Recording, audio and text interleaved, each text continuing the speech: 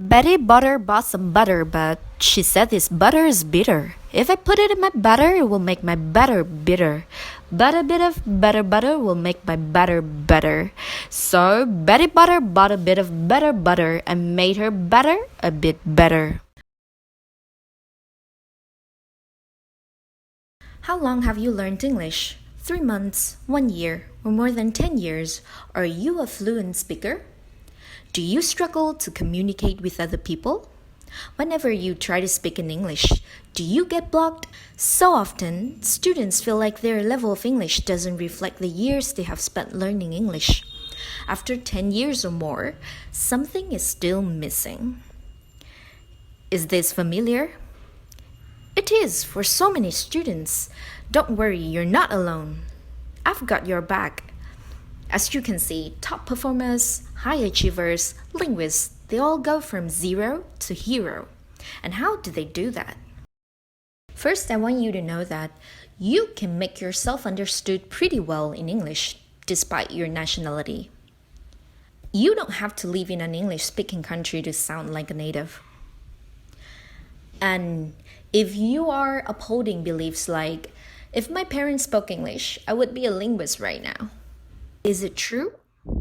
All the beliefs that are limiting you right now, are they true? I was not born into a rich family. My parents have been selling noodles in a small market all their lives. My life cannot be different from theirs.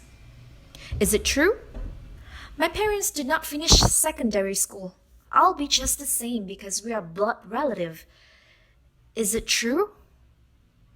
I could not find the answer to those questions until that day, when a 12-year-old girl was selling noodles for her parents. A foreigner came to ask for the price. I almost whispered to avoid being judged by other people. The lady still looked at me and smiled. Your English is so good. Have you ever been to the States? I still have such a vivid memory of that scorching hot summer day. Her kind words sparked something deep within my heart. I want to be different, and I can grow to be whoever they want to be. So the journey of writing my own story is definitely not a bed of roses, but it's been worth it. If I can do it, so can you. It all starts with a crystal clear why first. And why am I telling you this story? Because I want you to know. I want you to answer the question, why must I know English? Why must I be able to communicate in English? Take some seconds to reflect on the reason why you want to embark on this journey.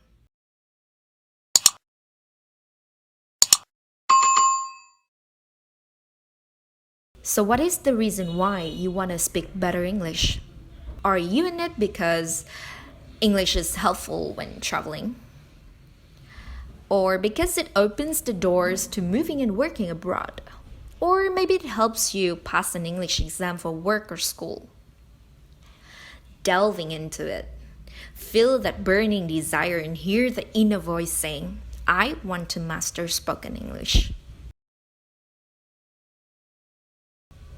If you hear it, now you're ready to reveal the secrets with me. When it comes to English speaking, remember these things. First, do not be afraid to get started and make mistakes. The first and perhaps most important step is to begin. And I know this is easier said than done, but basic speaking exercises can help you overcome this early nervousness. And the more you speak, the more the embarrassment disappears and your confidence builds. Second, practice stress, pronunciation, and accent. One great place to start is watching and imitating authentic English videos. This will expose you to real English pronunciation and speaking styles. Also, it gives you the chance to study the speaker's mouth and lip movements. Check out IPA to learn all the sounds. Learn the consonant clusters, learn minimal pairs, and say some tongue twisters.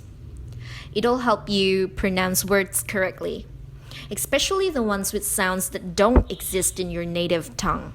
So learn them and practice in front of the mirror. Do it again and again until it becomes muscle memory.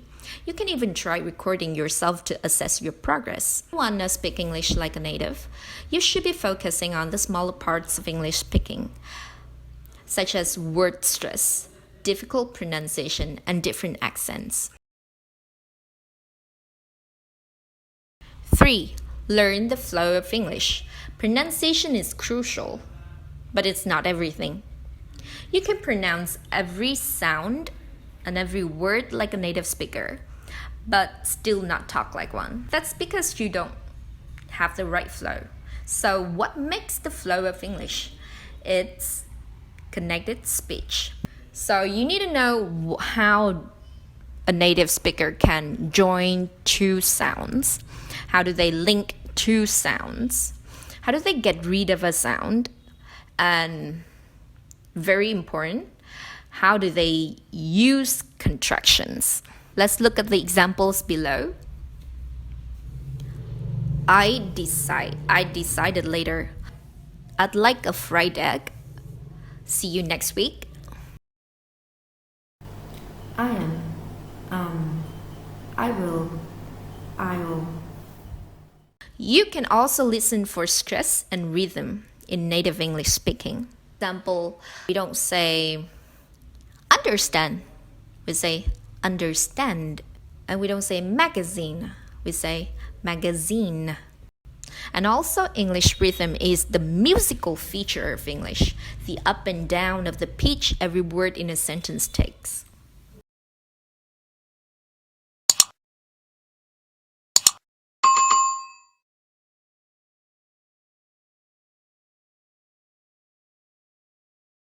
Four, use slang when you speak.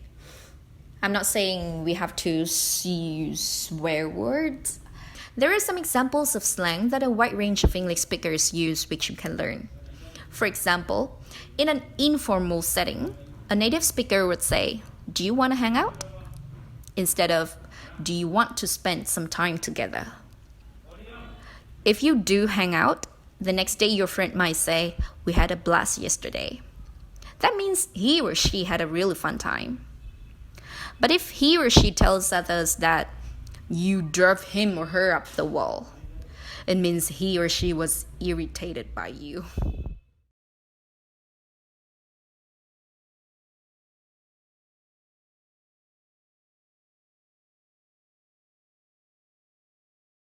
Learn English idioms. Idioms are phrases whose meanings aren't obvious from looking at the individual words. Look at this, reading cats and dogs. Cats and dogs aren't coming down from the sky. I know, it's not easy, been there, done that, feel the pain every day, but we still need to learn it. Because may the use of idioms not be as common as slang in informal speech, but native speakers still use them at times and mystify you. For example, if you're in a meeting and your colleague says, "You can't see the forest for the tree," you might be confused. We're not even in a forest. And your conversation has nothing to do with trees or forest. Because that person is using a common idiom. You can't see the forest for the tree. You're too involved in the details of a problem to understand the situation as a whole. Okay, the very last part of the video, key takeaways as usual. I want you to set aside time for two different purposes. First, reading aloud time, and second, speaking time. Reading aloud time to improve your pronunciation. Search for a random text and practice reading aloud. Or you can do all the exercises using your voice. Take out all of your grammar exercises. Everything should be read aloud. It will be helpful if you record yourself and listen to yourself again. Second, speaking time to improve fluency. This is the time when you actually produce content in English. So choose a topic each day and speak for 1 minute about that topic. Or just speak to yourself if you don't have a partner. Describe whatever that you see. For example, I'm looking at the walls. I'll say, "Those are the white walls." Or, "My dad painted my house white." Or, I remember the idiom that I just told you earlier, drive somebody up the wall. It means to irritate somebody.